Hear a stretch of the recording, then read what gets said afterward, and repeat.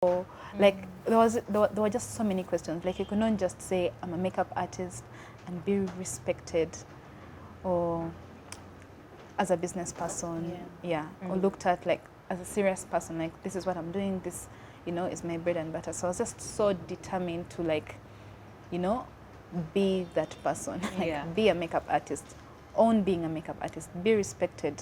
Not just be taken for granted or think, oh, it's just something I'm doing to pass time or to look beautiful for other people. It's something that I love to do for myself. And then I remember just being so excited the first years, because before when I would wear makeup, I would be shy about it. Like, you wear makeup, but then you're scared to like see people straight in the eye because everyone is looking at you weird. But when I became a makeup artist, I would wear makeup and like wear like really crazy like smoky eyes and like and do the most and just be confident and like this is why I'm a makeup artist. You like it or you hate it, I don't care. Yeah. Okay. Yeah. So, all right. So you mentioned your sister. That's Faith. Faith. She works with you. She does. She's such a good makeup artist now. Now, I have to apologize because I watched a clip of Sometimes I Wonder. Yeah. And she was interviewed, and I think one of the things she was asked is like, what is it? And she's like, I wonder why people come into makeup studios. Yeah. And they ask for a natural look. Yeah. And when she said that, I was like, this is me. I was like, that is me. I'm sure I did that to you. So I apologize. No. Actually, I'm okay with it because now that's my look. Like, I'm into the natural look. I want when someone comes in and then I do like a glowy skin, like natural, like that's my kind of look. So you've also been on a journey because when you started, you used to do very strong makeup. Yeah. And I feel like she's in that place now. Okay. She loves color. But it just killed me. She's like, why would you come to a professional makeup studio and say, I want natural? Yeah, I know. You can do it at home. I know. I almost judged her for saying that. I'm like, no, I found it hilarious. This can choose our clients. You can't say this. Yeah. Yeah, and also like Ugandans are very conservative when it comes to makeup. Yeah. And it's also a new thing. It's something that we are just trying to get used to. Yeah. Trying to get used to having to go to a makeup studio to do makeup. Now it's a thing.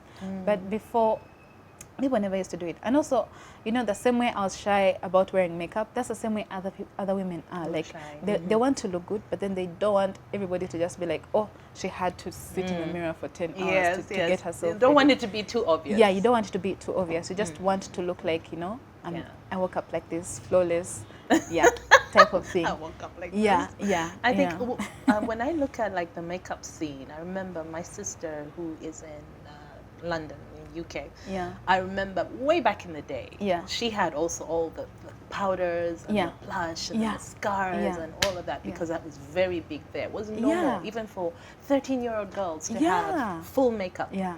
And then we've seen in Nigeria that's also their industry is just big, insane, right? Yeah. So we're just behind, but we're growing though. Fast. Oh my God, fast. The thing with Ugandans, they really pick up on things quickly. Yeah. Because we talked about like you wanted to be taken seriously as a makeup artist. You wanted people to look at you and know this is who you are. It's your business. Yeah. And now almost everywhere you go, you see makeup studios popping up, mushrooming everywhere. Everywhere. Like, and people want to learn and start businesses, and I think it's a good thing. Yeah. It is. Yeah. It is. I'm excited about it. I remember opening because I opened the first makeup studio. Yes. I just have to put it out there. Yeah. She was the first. Yeah. But I remember doing it at that time. When was that? So end of 2015. That's when I booked the space around October. Yeah. So I remember putting a down payment, like, because I knew this is what I wanted to do.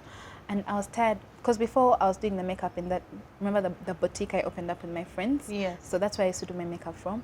And it picked up very quickly. So it was doing better than the business? Yeah, it was doing better than the business. And then clients for makeup would come and have to sit on a small bench and the shop would be crowded. And then it was just, I didn't like it. And I was like, I need to do better. I need to get to the next place. But I remember getting so scared. Yeah. After putting down the payment and then setting up the place, I was so terrified. I was like, Mona, who do you think you are? there's a reason as why nobody has done this before. Like, do you think that you're the smartest person to like think, oh, I need to do a makeup studio? Who told you it's going to work? How are you going to parent? Oh my God, those voices, so those scared. terrible voices. I promise. Imagine booking space October 2015, working on the space, and only moving in 2016, I think, 1st Feb. That's like, and I was paying rent all the time. That's like 4 or 5 months? Yeah. But I was so terrified. You see, I was still growing. I was in a very insecure, like, you know, when you're young, I feel like you're early 20s. I was 22 at that time. I was just so terrified. I was scared of failing, scared of everything, like scared of being judged, scared of just being who I am. You know, that was my phase of doing the pieces and wearing a full face of makeup every day. Every day. Yeah, so it was just so like challenging. Wow. And I remember telling that guy, the carpenter as well, working in the shop, the guy was doing the mirror and he wasn't getting it. And every carpenter I would work with, they would be like, so are you doing a salon? And I'm like, no, it's not a salon, it's a studio. Oh, okay, how does that look like? Like, I had to get pictures on the internet, like really explain how to do a vanity mirror. And he got it wrong like 4 times. And I'm a perfectionist. So every time I got it wrong, I'm like, no, I want it to be like this. I want it how I want it. Yeah. So that's one of the reasons as to why I took long to get into the shop. And it cost me a lot of money. I can imagine. Just the rent alone. The rent. I was so scared. I remember being so sad that December in Christmas, like it was Christmas, on Christmas Day, I was so sad. I was like thinking, I'm like, Mona, what are you doing? Where are you going in life? Like, what are you doing? You have a space. I did, but then I couldn't. Like, I had no option. Like, you know, when you're at that point of, you're scared, you're terrified to move forward, but then you also cannot give up. You just have to do it anyways. So I didn't know how it was going to work. There were no people to look at and say, okay, this person made it. You know, that gives you confidence. If this person did it like this, if this person made it, maybe I can also make. But there were no makeup artists here to look at and say, this person did it. I'm going like to follow, you know. So I just had to be strong. And then I worked on the shop. Everything was now perfect. This is Jan, like end of Jan. Everything is perfect. But I remember my friends coming in and being like, Mona, why are you not getting in now? I had, you know how you put like newspapers to cover, you know, the space before you really move in. So the day I actually moved in, I felt like I was forced by my friends. So they've come to see my space and they're looking. I remember my neighbor was called Derek. And they're looking at the space and they're like, oh my God, it's so cute and for small. You've been there. I remember. Yeah. And it's nice, Mona, why don't you move in? And I'm like, I just feel like there's some things I need to add in here and there. I've not yet gotten the money. When I get the money, I'll put them in and then I'll move in. And in that moment, this guy, Derek, starts stripping the newspapers, puts them down. I felt like he was undressing me. Like, I was like, what are you doing? Like, I feel like people are now going to see me naked. Like, now I have to do it. Like, now I have to move in. He put down the newspapers, and that's when I moved in. Wow. Yeah, that's when I got my makeup kit, and I set up. I hope you thanked him for that. I did. Because if he did not push me like that... You're going to just prolong it. Yeah, prolong it and prolong it and prolong it. He literally just... without my consent. Like, he just put down the newspapers, and he's like, okay, now that's what friends do. They're like, yeah, you need a little push, we'll do that for you. So he just put down the newspaper and then he said, Mona, start. Okay. And then I moved in and then clients came and then everyone came and they liked it and they're like, oh, this is so cute, this is so pretty. We like your space, what? And then it got busy and then I realized, shoot, I need to employ people, I need to teach people. There was a time, I think it was overwhelming. Because I can honestly say, I came to your makeup studio and there was a line of people. And it was just you. And it was just me. I don't know. Like, now I'm like, Mona, why were you not wiser? Like, well, now you know, you should have taught. Yeah. And then I also used to teach people, but then they would go away, like, immediately after that. Yeah, like 2-3 months down the road, they're leaving. And I think that has been, you know, business will teach you all the lessons you need to learn in life. Like, I didn't know how to manage people. Okay. And I've learned slowly by slowly over the years how to work with other people, you know, because I was always doing everything on my own. I grew up as an only child. I'm very like perfectionist. This has to be like this. This like I'm sure I was also like hard to like, you know, deal with, and then not giving people chances, or just being scared to like let people, you know, do it in their own way, because it's a skill, it's an art. It grows over time. So someone's not going to do it exactly the way you exactly do the way I do it. So I had to learn, and I used to work long hours. Like my day would start at like 4 a.m. and end at 1 a.m. on a Saturday. Literally. Wow. Yeah. Like with brides and then clients, and then it was just too much. And then when there were events, you also handle everybody for the events, my God. Models, what, like I would do all the work. Yeah.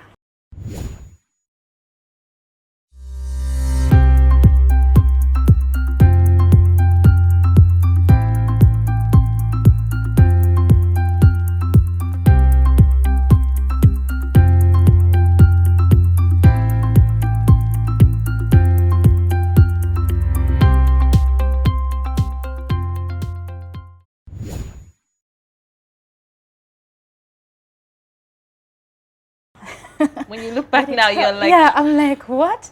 How did I do this? Like, why? Like, anyways, but I'm grateful for it. It gave me time to like really perfect my skill, you know, because it's practice. Practice makes perfect. So I worked a lot, and I got better and better and better in such a short time, because I had so many people to work on. I had to work faster.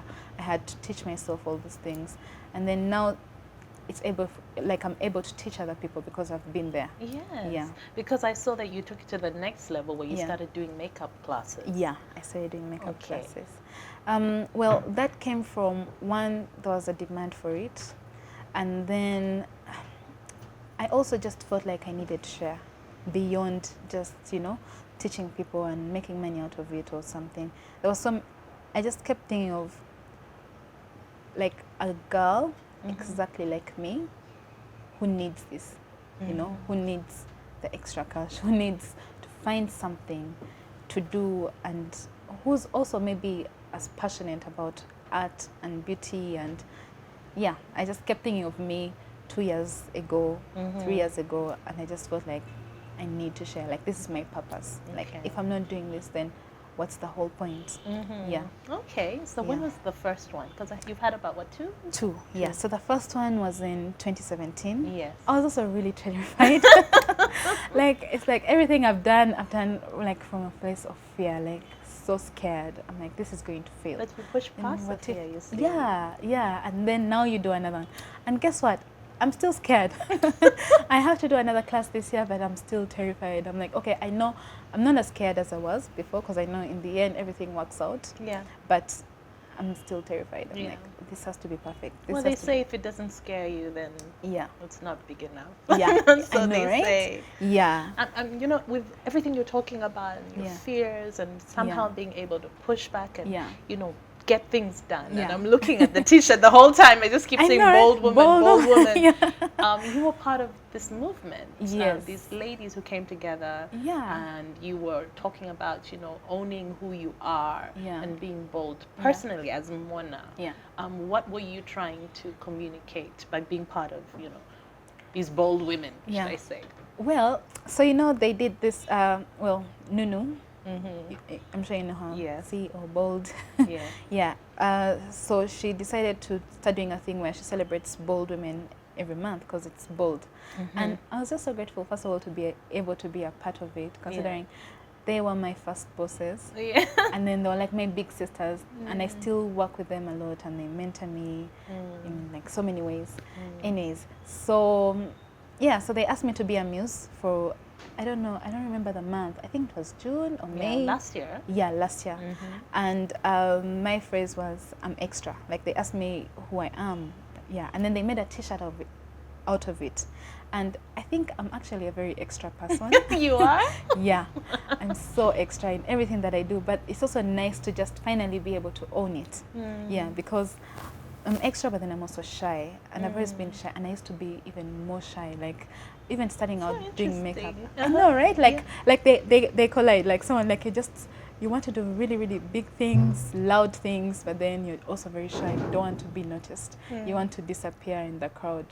But also, I don't know. I don't even know how it makes sense. But that's how it was. So I was just like, I've always been shy person. Even when I was doing makeup starting out, I always thought I would be the person behind the camera. Like, I never imagined that I would have to do all these interviews and have to talk in front of people. And so be on TV. I remember the first time I was on TV.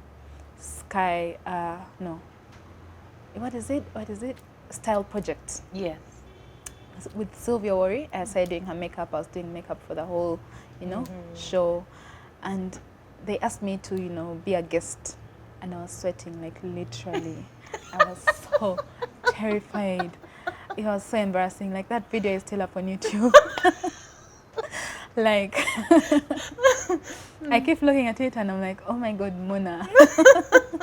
That's so embarrassing. Anyways, but yeah, I've grown from that. Yeah, so that's nice. I loved it, and it's empowering. You're talking about how, like, you started out, you're so shy, but I've seen you talking at so many different events. You're an inspiration. You're sharing your gift with other people. And that's something you should be very proud of. I know, right? Especially starting a business as a first. Yeah. In that field. Yeah. That is huge. Yeah. Huge. Now, like, sometimes you take those things for granted, but in the beginning, you're just so scared and you're just so terrified, and you just want to work so hard and prove yourself the whole time. You just keep proving yourself and proving yourself. Okay. So now when you look back, are you able to clearly see some of the mistakes that you made? Because one of the things you said is managing people. That is very important, by the way. It is. Not everyone can be a good boss. Yeah. Because I think people, everyone has a story of a boss who's like... Let me tell you, it's so difficult. And I've also had to, like, that's the thing, I'm so grateful for all of this. Because I've gotten wiser. Yeah. Like, I've had to push myself to read books. I used to hate reading. I'm trying to read and learn, read all these books about business, learn how to manage people. And I wouldn't have done that if I wasn't. And then I also, like, find myself talking a lot to people who are older, who are doing businesses, who are managing people, and just trying to find a way of just being better every day. Because it's so hard. Yeah. It's so hard even to just give people, in order for people to be able to stay with you and work with you, they need to also feel like they're going somewhere, they're growing. Yes, they're not just working and getting paid. They want to have purpose as well. They want to see direction. You need to give them your vision, and you need to share your vision with them. Yeah. And also just grow with them, Yeah. So, and people also talk about the 80-20 rule. Do you know the 80-20 rule? No. Where no one can ever be 100% perfect. Yeah.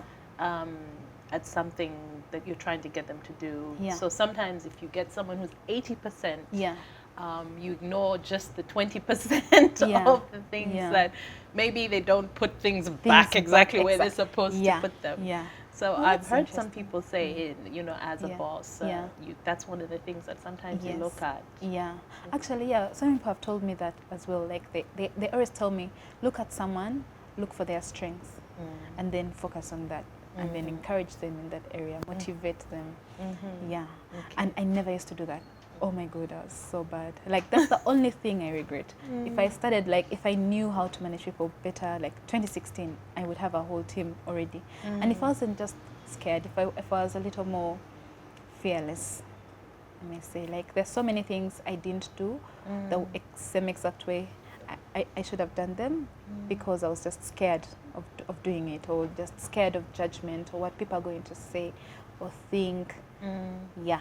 Wow. But it's part of your story.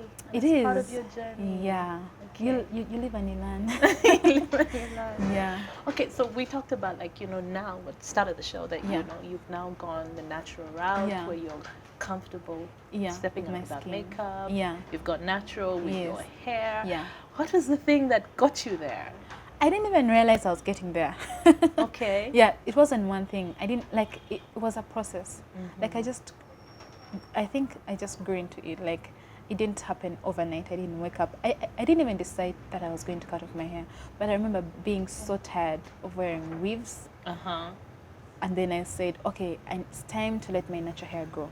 Okay. So I cut it all off, and then I started growing it natural. And then I would do the cornrows, but then I would put wigs on. So I got so many different wigs, and it was so exciting, you know, being this person today. Yeah. And then I reached a point, and then I also got bored. Actually, this is very recent. It's not even a month old. I think, yeah. I cut my hair last month. Yeah. Okay. May. All right. So I was just so frustrated. I was tired of having the weaves, and then I just kept saying, oh my God, I have very hard hair, very hard natural hair. Like I cannot have like my natural hair out. And then I was actually with my friend Nuno. Okay. Yeah. So I go to see her at the salon, and I remember she just cut her hair, and I used to compliment her every day. You look so nice. This is the best thing you've ever done. Like I was giving her compliments every other time about her hair. And then I got to see her in the salon, and it's like, Mona, you're always complimenting me. Why don't you also cut off your hair? I'm like, no. And it's like, okay, take off the wig. Let's see what's underneath the wig. And I had these cornrows that I had done myself at home, and they were hideous. I remember her looking at me, and she's like, Mona, what's that on your head? That looks so bad. Cut it all off. Yeah, no way. Literally there and then. Imagine, I had gone to see her, say hi. Like, she was like, oh, I'm in the salon, come and say hi. Go to the salon. I'm like, oh my God, your hair looks so nice. Like, yeah, let's see what's underneath the wig. I took off the wig, and the cornrows had been there for like 2 months. Like, Mona, you're going to cut it all off. And then the guy comes, and then they wash it out, and then they start cutting, and I'm just so terrified. I didn't know that I was so insecure about my forehead. It's only until then that I realized, shoot, this is the first time since high school that I'm going to have my forehead out like this. And I was so scared. Oh my goodness. And then she had to travel that same day, so she left me in the salon. So they started cutting my hair while she was still there, but she didn't stay to give me the support that I needed. So she left me in this salon, and then she went. So the whole time I'm on my phone sending her videos. I took videos after videos. I'm like, no, see what you've made me do. And every video I sent her, I sent it with crying emojis. Like, I'm so dead, I don't know what I'm going to do. But you still had your wig though. I still had my wig. And I was so sure the minute the hairstylist is done doing everything he's doing, I'm going to go to the bathroom, put my wig cap on, wear my wig, and go out. There's no way I was going to like walk out and like just show face like this. I was so scared.